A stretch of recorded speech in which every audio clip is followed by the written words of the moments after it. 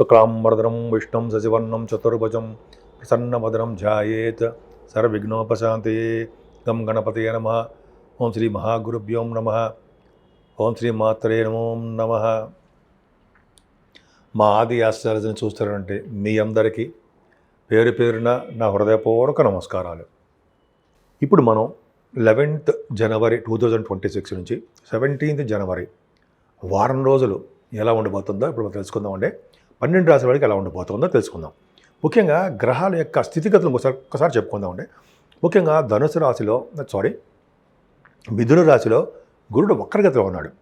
ఒక శుభగ్రహం వక్రించినంత మాత్రాన చెడు ఫలితాలు ఇస్తాడేం కాదండి. శుభగ్రహాలు వక్రించినంత మాత్రాన శుభ ఫలితాలు కూడా ఇస్తారు. అంతేకాకుండా సింహరాశిలో కేతు ఉన్నాడు. 11th and 12th డేట్స్లో చంద్రుడు తులారాశిలో ఉంటాడు. ఇక్కడ ఒక అద్భుతమైన విషయం చెప్తానండి. ఇక్కడ మనం 4 గ్రహాలు ఒక రాశిలోనూ మళ్ళీ 4 గ్రహాలు మళ్ళీ ఇంకో రాశిలోనూ వెళ్ళిపోతున్నారు. అంటే రవి, బుధ, కుజ, శుక్రులు వీళ్ళు నలుగురు ధనురాశిలో ఉన్నారు, ధనస్సులో ఉన్నారు. ఈ 4 గ్రహాలు మళ్ళీ చూడండి.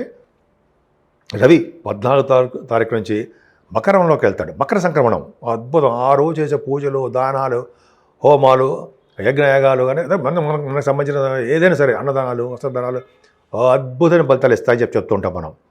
అంతేకాకుండా కుజుడు కంటే ముందర 13వ తారీఖు నుంచి శుక్రుడు వస్తున్నాడు. మకరంలోకి శుక్రుడు 13వ తారీఖు వస్తున్నాడు. రవి 14వ తారీఖు నుంచి మకరంలోకి వస్తున్నాడు. 16వ తారీఖు నుంచి ఏమో కుజుడు ఎగ్జాల్టేషన్కి వెళ్తున్నాడు. అమ్మ బాబోయ్, కుజుడు ఎగ్జాల్టేషన్ వెళ్ళాలంటే అంత అదృష్టమో. అదొకటి. అంతేకాకుండా బుధుడు 17వ తారీఖు నుంచి. ఈ 4 గ్రహాలు అంటే ధనురాశిలో ఉన్న 4 గ్రహాలు మళ్ళీ మకర రాశిలోకి వెళ్తున్నాయి చెప్పుకుందామండి. తర్వాత రాహు మనకు ఆల్మోస్ట్ తెలిసిందే. రాహు బ్రహ్మాండంగా కుంభరాశిలో ఉన్నాడు. శనీశ్వరుడు మీనరాశిలో ఉన్నాడు. ఈ విధంగా గ్రహాల యొక్క స్థితిగతులు తెలుసుకున్నాము. ఇప్పుడు మనం వృశ్చిక రాశి వారికి ధనాదాయం చాలా బాగుందండి. ఫైనాన్షియల్గా స్టేటస్ పెరుగుతుంది. కుటుంబంలో వృద్ధి ఉంటుంది. వేళపాటు భోజనం చేస్తూ ఆనందంగా ఉంటారు. చక్కగా ఐశ్వర్యప్రదంగా మీరు ఉంటారు. ఇప్పుడు ఈ నెల నుంచి కూడా మీకు ఎక్కువ జర్నీస్ కనిపిస్తున్నాయండి. ఎక్కువ ప్రయాణాలు చేస్తుంటారు. షార్ట్ జర్నీస్ ఎక్కువ చేసేస్తూ ఉంటారు. మీ తమ్ముళ్ళని, మీ తోబుట్టువులు కలుస్తుంటారు. ఈ వారం నుంచి కూడా జస్ట్ లాస్ట్ వారం గురించి అనుకుంటా మీకు తెలివితేటలు బాగా పెరిగిపోతుంటాయి. ఆలోచనలు పెరుగుతూ ఉంటుంది. షార్ట్ జర్నీస్ చేస్తుంటారు. వాహనాలు కొనుక్కుంటారు. తీర్థయాత్రలు చేస్తుంటారు. మీ తమ్ముళ్ళని, తోబుట్టువుల్ని కలుస్తూ ఉంటారు. ధైర్యం నూరిపోస్తుంటారు. వాళ్ళకి ధైర్యమే విజయం అంటారు అన్నట్టుగా ధైర్యం నూరిపోస్తూ ఉంటారు. పట్టుదల పెరిగిపోతుంది. ఏ పని చేసినా పట్టుదల పెరుగుతుంటుంది. మీకు సంపదలు పెరుగుతాయి. పైగా విదేశ ప్రాప్తి కలుగుతుంది. చదువులు చిన్న ఆటంకాలు వచ్చినా కూడా గురు ప్రభావం వల్ల బ్రహ్మాండంగా సక్సెస్ అవుతారు. ముందుకు వెళ్ళిపోతుంటారు. వాహన భాగ్యం కలుగుతుంది. చక్కటి అదృష్టం కలగడానికి అవకాశాలు ఎక్కువ. ఏదైనా సంతాన విషయంలో చిన్న ప్రాబ్లమ్స్ వస్తాయండి. బట్ మీరు భయపడకండి. వాళ్ళని శనీశ్వరుడు కాపాడుతుంటాడు. స్టాక్ మార్కెట్లో శనీశ్వరుడు కాపాడుతుంటాడంటే మీరు చేసే పూజల వలన. స్టాక్ మార్కెట్లో మాత్రం లాసులు రావడానికి అవకాశం ఉంది. ఏదైనా వివాహాది శుభకార్యాలు, వివాహాది వేడుకలు వాళ్ళ అతి త్వరలో జరగబోతున్నాయి. బహుశా వాటి గురించి మీరు ప్రయాణం కూడా చేస్తారు. ఏదైనా శత్రువుల భయం కానీ, రుణాల వలన భయం కానీ, రోగాల వలన భయం కానీ అతి తక్కువగా ఉండేట్టుగా ఉంది. శత్రువులు మీకు మిత్రులు అవ్వడానికి అవకాశం ఉంది. ఏదేమైనా కొన్ని కోర్టు సంబంధించిన, లారీ లాంటి సంబంధించిన విషయాల్లో మీకు అనుకూలవంతమైన తీర్పు రావడానికి మీ జాతకాల నుంచి ఆధారపడి ఉంటుంది. ఏదైనా మీరు చేస్తున్న వ్యాపార అభివృద్ధి ఖచ్చితంగా పెరుగుతుందండి. మీకు ఏ వ్యాపారం సరే రియల్ ఎస్టేట్ రంగంలో బాగా డెవలప్మెంట్స్ ఉంటాయి. భూములు అమ్ముడుపోవడంలో బాగా సక్సెస్ అవుతారు. అలాగే మీకు గవర్నమెంట్ సంబంధించిన ఉద్యోగాలు మీకు రావడము, గవర్నమెంట్ సంబంధించిన వాటిలో మీరు ఉండడము జరుగుతుంది. ఉద్యోగ ప్రాప్తి కలుగుతుంది. ముఖ్యంగా 11, 12 తారీఖుల్లో మీరు ప్రయాణాలు చేస్తారు. షార్ట్ జర్నీస్ చేస్తారు. బహుశా మీరు ఆభరణాలు, వస్తువులు, గృహం కాదు కానీ ఆభరణాలు, వెండి, బంగారు ఆభరణాలు, వస్తువులు కొనుక్కోవడం కోసము ధనం ఖర్చు అవుతుంది. అలాగే దైవ దర్శనాల కోసము ధనం ఖర్చు అవడానికి అవకాశాలు ఎక్కువ. మీరు మన ఆది ఆస్ట్రాలజీ నుంచి మీ జాతకాలు తెలుసుకోవాలన్నా, లేదా మీ పిల్లల జాతకాలు తెలుసుకోవాలనుకున్నా, లేకపోతే మీ బంధువులు ఎవరి జాతకాలు తెలుసుకోవాలనుకున్నా ముందర మీ date of birth, time of birth, place of birth ఈ 3 ఉండాలండి. అంటే మీకు ఏం ప్రాబ్లమ్స్ ఉన్నాయి జాతకంలో, అంటే వివాహం కావట్లేదనా, ఉద్యోగం కోసమని, ఫారిన్ కంట్రీస్ కానీ, లేకపోతే మెడిసిన్ స్టెప్ 3 అంటాం కదా విదేశాల్లో, వాటి గురించి కానీ, ఇట్లా మనం రకరకాలుగా జాతకాల్లో మనం తెలుసుకోవచ్చు. ఇంకోటి ఏంటంటే మీరు ఫోన్ చేసినప్పుడు కింద నెంబర్కి ఫోన్ చేయండి. 7075 389 589 నేను మీ వార్డరే ఆదినారాయణరావు శర్మ. ఫోన్ చేస్తే నేను కొన్ని సందర్భాల్లో షూటింగ్లో ఉండడం వలన, లేకపోతే నేను జాతకాలు చెప్తూ ఉండడం వలన, లేదా బిజీగా ఉండడం వలన బహుశా మీ ఫోన్ లిఫ్ట్ చేయకపోవచ్చు, ఏమనుకోకండి.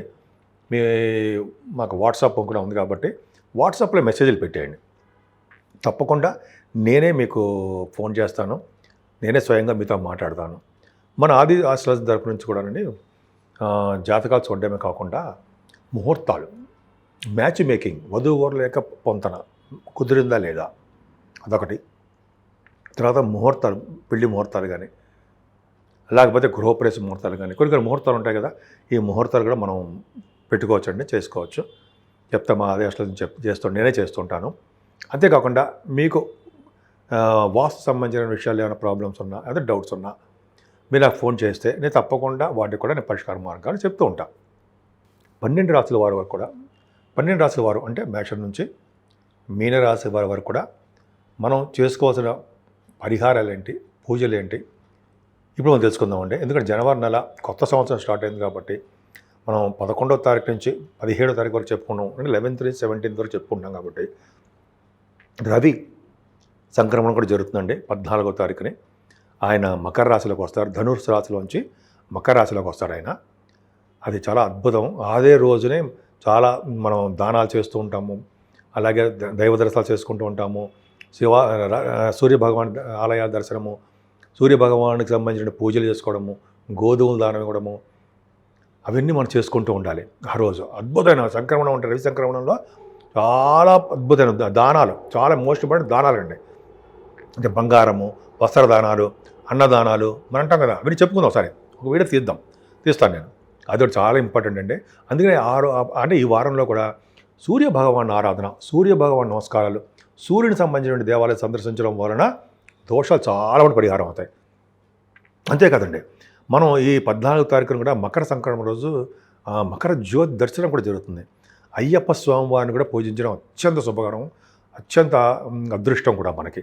సో ఆయన పూజించడం వలన, ఆయన దర్శనం చేసుకోవడం వలన, లేకపోతే అదే రోజు స్వామివారి యొక్క జ్యోతి దర్శనం చేసుకోవడం వలన అన్ని శుభాలు కలుగుతాయి. వచ్చే సంవత్సరం మళ్ళీ మకర సంక్రమణం వరకు, అంటే ఆ రోజు మకర సంక్రాంతి జ్యోతి దర్శనం వరకు కూడా అన్ని శుభాలు కలుగుతాయని, స్వామివారు అంటే అయ్యప్ప స్వామివారి యొక్క ఆశీస్సులు మనకి ఎప్పుడూ ఉంటాయని మనకి చాలా విషయాలు తెలుసుకున్నాం మనం. సో కాబట్టి అయ్యప్ప స్వామివారిని కూడా పూజించడం అత్యంత అదృష్టం మనకి.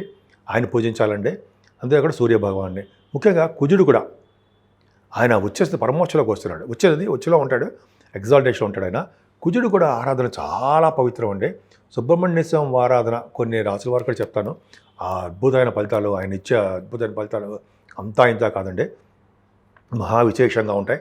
సో ఈ విధంగా అమ్మవారిని పూజించడం వలన, అంటే కామాఖ్య అమ్మవారు కానీ, లలిత అమ్మవారు కానీ, కనకదుర్గ అమ్మవారు కానీ, ఇలా పూజించుకుంటూ, అయితే అమ్మవారి యొక్క అభిషేకాలు చేసుకుంటూ, లేకపోతే అమ్మవారికి కుంకుమలు చేసుకుంటూ, చండీ హోమాలు లాంటివి చేసుకుంటూ ఉంటే మనకి సర్వత్రా విజయం కలుగుతుందని చెప్పి అనుకుంటాం కదా. అంటే కొత్త సంవత్సరంలో అన్ని రాసుల వాళ్ళకి మేము అనుకుంటాం కదా, దిగ్విజయంగా ఉండాలని, అన్ని రంగాల్లోనూ ముందంజలో ఉండాలని. మన జాతకాల్లో కొంచెం ప్రాబ్లమ్స్ ఉన్నా మనం పరిహారాలు చేసుకోవడం వలన, అంటే రాహు పరిహారం అనుకుందాం.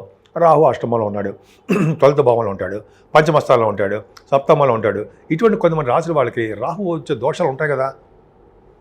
దానివల్ల అమ్మవారు పూజించడం కానీ, అదే మనం కొంతమంది కాళహస్తిలో స్వామివారిని దర్శించడం కానీ, మన ఊళ్ళోనే రాహు సంబంధించిన అంటే పూజలు మన పూజారి గారు చేస్తారు. ఆ పూజలు చేయించుకోవడం వల్ల కానీ, రాహు దగ్గర దీపారాధన చేయడం వల్ల కానీ రాహు వచ్చే దోషాలు కూడా పరిహారం అవుతాయి. కేతు కూడా అంతే దుష్ఫలితాలు ఇస్తారు కదా. కేతు ప్రభావం తగ్గాలంటే ముఖ్యంగా వినాయకుడిని పూజించాలండి. ఫస్ట్ పూజించవలసింది ఎవరు అంటే వినాయకుడినే. ఆ తర్వాత సూర్యభగవాన్ని, అయ్యప్ప స్వామిని పూజిస్తూ ఉంటాం మనం. వినాయకుడి ఆరాధన, వినాయకుడి పూజలు ఖచ్చితంగా చేయడం వలన, స్వామివారికి నివేదన చేయడం వలన, స్వామివారికి వస్త్ర సమర్పణం వలన, ఇలాగ అనేక రకాలుగా వచ్చే దోషాలన్నీ పరిహారం అవుతాయి. ఈ కేతువు కూడా కుజస్వామి కాబట్టి సుబ్రహ్మణ్యేశ్వర స్వామిని కూడా పూజించడం అనేది అత్యంత చెప్పదగ్గ విషయం అండి. ఇలాగ మనకి నేను చెప్పిందే కాకుండా మీకు కూడా ఏ అమ్మవారు, ఏ దేవత పూజించాలనుకుంటే ఆ దేవతను పూజించండి. మనస్ఫూర్తిగా పూజించడం వలన చక్కటి అవకాశాలు, అదృశ్యాలు ఈ వారం మొత్తం, ఈ సంవత్సరం మొత్తం కూడా మనకు ఉంటాయి. ఏంటంటే ఇందాక చెప్పినట్టుగా రెమెడీ చెప్పినట్టుగానే అది అత్యంత ఉపయోగకరం అంటే రవిని, సూర్యభగవాన్ని, కుజుడిని పూజించాలండి ఈ నెల మొత్తం కూడా. ఎందుకంటే సూర్యభగవాన్ ఎప్పుడు కూడా మనకి ఆరోగ్య ప్రదాత అంటాం. ఎప్పుడైనా సరే అష్టమంలో ఉన్నా సరే, సప్తమంలో ఉన్నా సరే, యాక్చువల్గా మన రవిని పూజించాల్సిందే. సూర్యభగవాను ఆరాధన వలన ఐశ్వర్య ప్రాప్తి, అదృష్ట ప్రాప్తి, ఆరోగ్య ప్రాప్తి, సంపూర్ణ ఆరోగ్యవంతులుగా ఉండడానికి కారణము సూర్యభగవానే. చూడండి, స్కిన్ డిసీజ్ వచ్చినా, అదే చర్మ వ్యాధులు అంటే అలా అటువంటి కానీ, మానసికంగా కానీ, ఏదో విధంగా శరీరంలో ఉండే చిన్న చిన్న ప్రాబ్లమ్స్ వాటిని నివారణ చేసేవాడు సూర్యభగవానుడు. అంతేకాకుండా కుజుడు యాక్సిడెంట్స్ కాకుండా కాపాడేవాడు కూడా కుజుడే. సో యాక్సిడెంట్స్ నుంచి మనం బయటపడాలన్నా, అదే మనకి యాక్సిడెంట్గా కాకుండా ఉండాలన్నా, లేకపోతే రోడ్డు ప్రమాదాలు జరగకుండా ఉండాలన్నా సుబ్రహ్మణ్య స్వామిని పూజించాలండి. సుబ్రహ్మణ్య స్వామి వారిని పూజించడం వల్ల యాక్సిడెంట్స్ తప్పుతాయి, పిల్లలు చాలా అభివృద్ధిలోకి వస్తారు, పెళ్ళిళ్ళు బ్రహ్మాండంగా అవుతాయి, మీరు అనుకున్న పెళ్ళిళ్ళు అవుతూ ఉంటాయి. కుజు ప్రభావం, కుజు దోషం ఉందనుకోండి, పెళ్ళిళ్ళు ఆగిపోతుంటాయి కదా, వివాహాలు, పెళ్ళిళ్ళు కుదురుతూ ఉంటాయి, చక్కటి సత్సంతానం కలుగుతారు. ముఖ్యంగా కుజులు పూజించడం వల్ల భూములు బాగా రియల్ ఉన్న వారికి సంపదలు పెరుగుతుంటాయి. ఇలా చెప్పుకుంటూ వెళ్తుంటాం కదా. అందుకని ఈ సంవత్సరం మొత్తం, ఈ వారం మొత్తం కూడా వాళ్ళతో పాటు అమ్మవారండి.